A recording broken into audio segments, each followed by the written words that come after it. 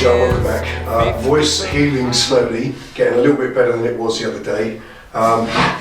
So let's bring you the last fabrication video of 2016. That's the final little bit of work that I've got time to do before the end of the year. And it's going to be blocking up this hole on the top, and if you've got time, possibly these at the side, so that this panel doesn't look so much like two petrol tanks and looks in fact instead like a really cool curved and shaped rear tail panel. That's the first one. I'll show you how to do it. Welcome back.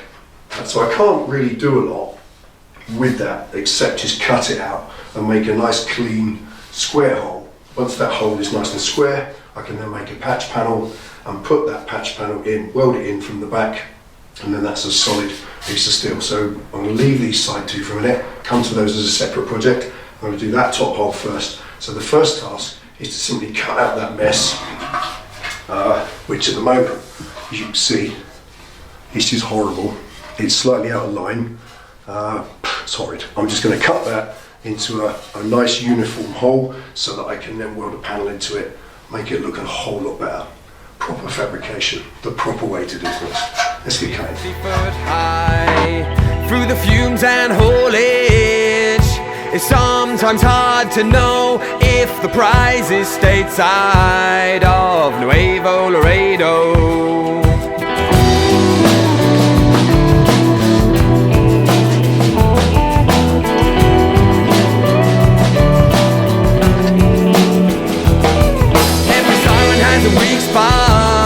As everything has a beginning and an end, and when the face you trust most is no longer the one on which you can depend, when the fight feels futile and life's injustice wins, where's my sunlight when the shitstorm begins?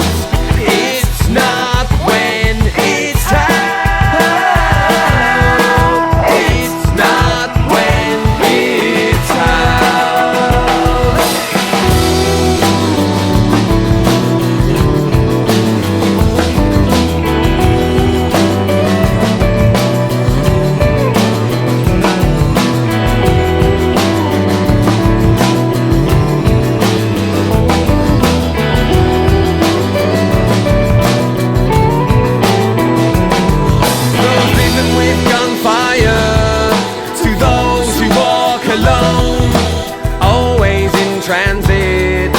Never gonna find a home in backs of boxcars in Golden Town. That's noisy.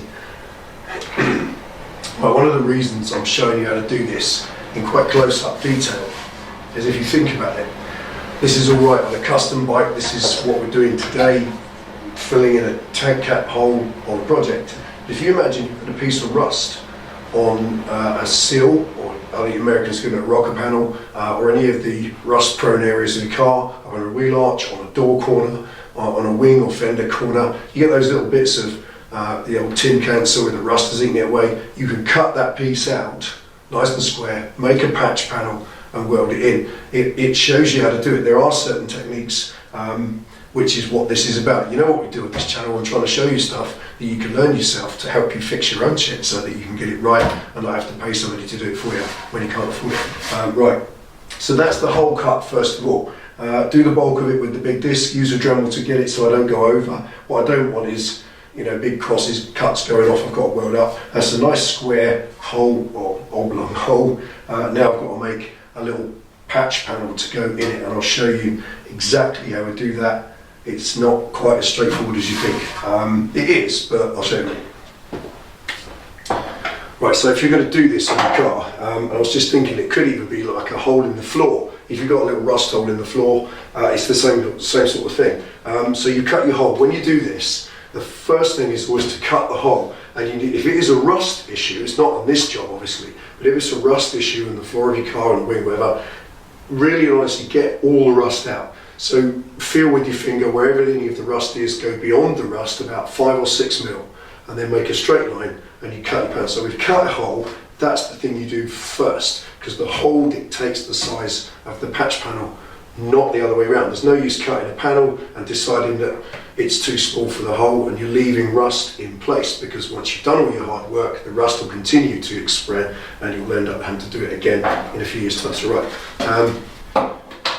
to cut them, I use this bit of card, just doing it this way,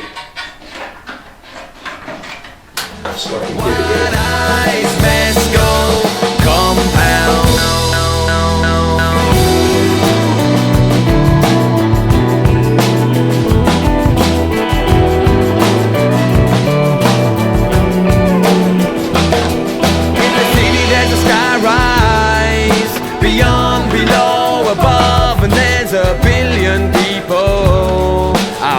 thinking of slowly slip into uneasy sleep as Tom McAdam boils under feet. It's not when, it's how. It's not when, it's how. It's not when, it's how.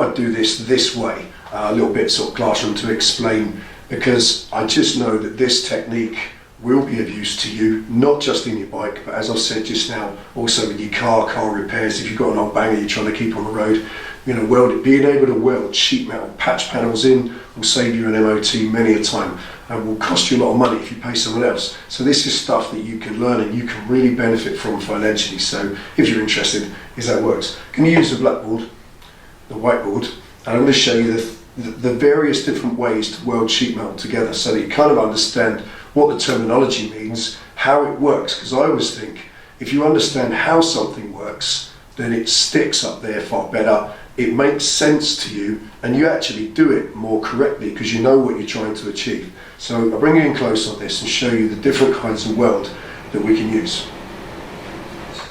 Okay, there are sort of several ways you can join two pieces of sheet metal together. There's a butt weld, which is quite, so if you imagine that's your piece of sheet metal and you have another piece there, and you literally butt them up against each other like that, and you put your weld in there. Simple butt weld, not very strong, probably the least strong way to weld sheet metal, but sometimes your only option. Something that's a little bit stronger than that is to take one piece of sheet metal, let's come down there, take one piece of sheet metal there, to drill a hole in it, like that, and then the other piece of sheet metal underneath, and then fill this hole with weld to plug the hole. So you plug weld it, and you can do a series of plug welds all the way around the panel, and effectively that joins it extremely strongly, because as soon as you put the weld down in the hole, it burns its way through and joins into this metal here, and of course you're filling up the hole itself, so that joins, and if you mushroom it over the top, which you should do slightly, you get a perfect weld all the way through. It's one piece of metal. So butt welds are very, very pretty, very neat, but plug welds are very strong and a lot more safe to do, because you're not going to blow through quite so easily. But with the plug welds there's a problem, and that is that you get this step here, this gap, where the two pieces of metal are not aligned, and if you need them to be aligned, you have to resort to the plug weld, to the butt weld. But obviously there is a way to do both, and this is where the sniggering is going to start, is a flange weld. I'll let you settle down for a minute. Okay, now flange welding is quite simply, you take a piece of sheet metal, and that's a thicker, you know, that's your piece of sheet metal, and you take another piece here and you bend it into that shape. You can then weld up this joint here. Also, you can drill through and you can plug weld it. So you've kind of got a butt welded plug, no, I won't use that words. Basically you can make both strengths at the same time. You can butt weld two pieces of metal together, but you've popped a little flange underneath there, which effectively means you can plug weld down on top. So you've got a really strong weld, and when you grind it all back, you've got one flat surface, but underneath you've got all this strength and integrity. So in order to make a piece of sheet metal into that shape for flange welding, you need a special tool. And I'll show you what that is.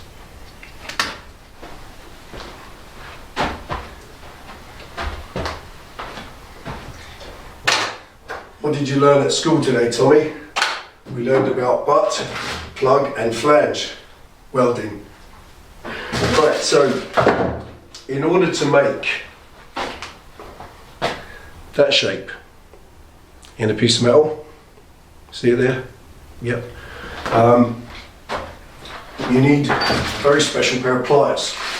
Not difficult to buy, got some here. Now we've all seen these. I'll bring you in close so you can actually see.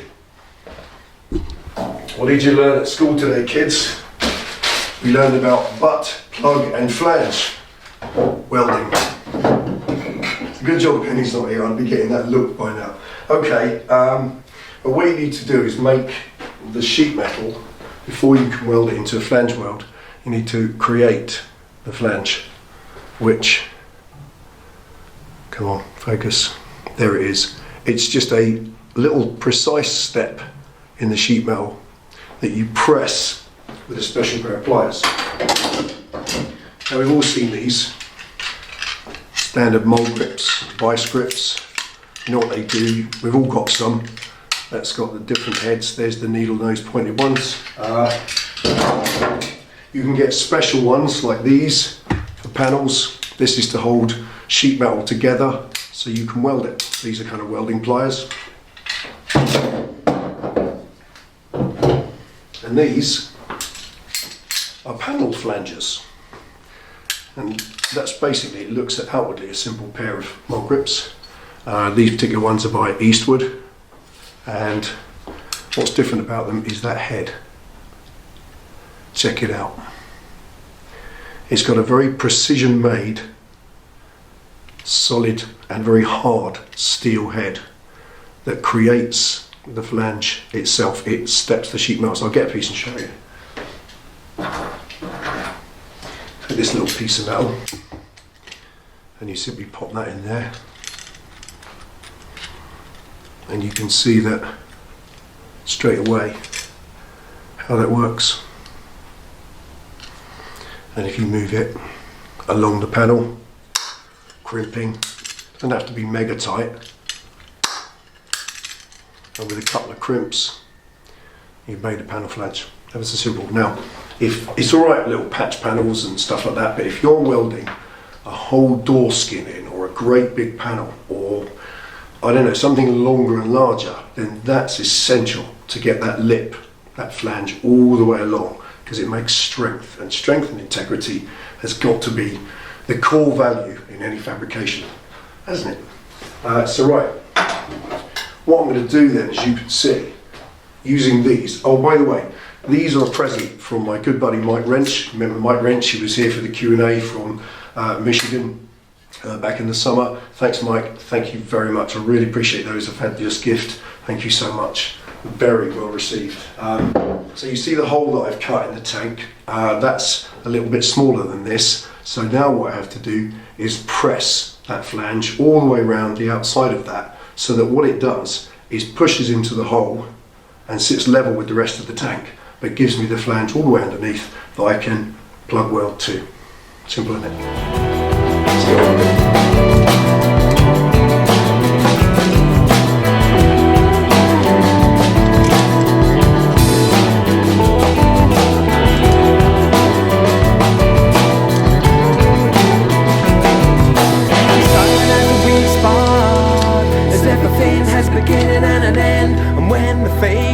Trust most is no longer the one on which you can depend. When the fight feels futile and life's injustice wins, Where's my sunlight when the shitstorm begins?